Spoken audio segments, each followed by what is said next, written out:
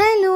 இன்னைக்கு நம்ம கொக்கோமெலன் தீம்ல கேக் எப்படி பண்ணுறதுன்னு பார்க்க போகிறோம். ஸோ இது அரௌண்ட் 3 kg கேட்டிருந்தாங்க. ஸோ பாட்டமில் அரௌண்ட் 2.5 kgயும் மேலே வந்துட்டு ஒரு 1/2 kg எடுத்துக்கிட்டேன்.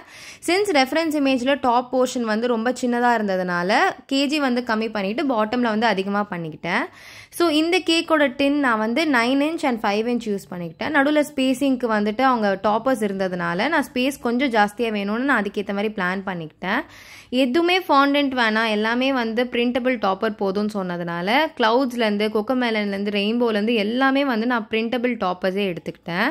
ஸோ ஹாப்பி பர்த்டேன்றது நம்ம ஸ்டிக்லேருந்து அந்த ஸ்டிக் மட்டும் பிரேக் பண்ணிவிட்டு நான் வந்து அந்த ஹாப்பி பர்த்டே டாப்பர் ப்ளேஸ் பண்ணிக்கிட்டேன். சின்ஸ் இது வந்து ஒரு நோ ஃபாண்டன்ட் கேக்னால எனக்கு ஒர்க் பண்ணுறதுக்கு ரொம்பவே ஈஸியாக இருந்தது. ஸோ டாப்பர்ஸ்லாம் கட் பண்ணி டூத்பிக் வச்சு அட்டாச் பண்ணி ப்ளேஸ் பண்ணி அங்கங்கே ஸ்ப்ரிங்கிள்ஸ் ஆட் பண்ணிட்டேன்.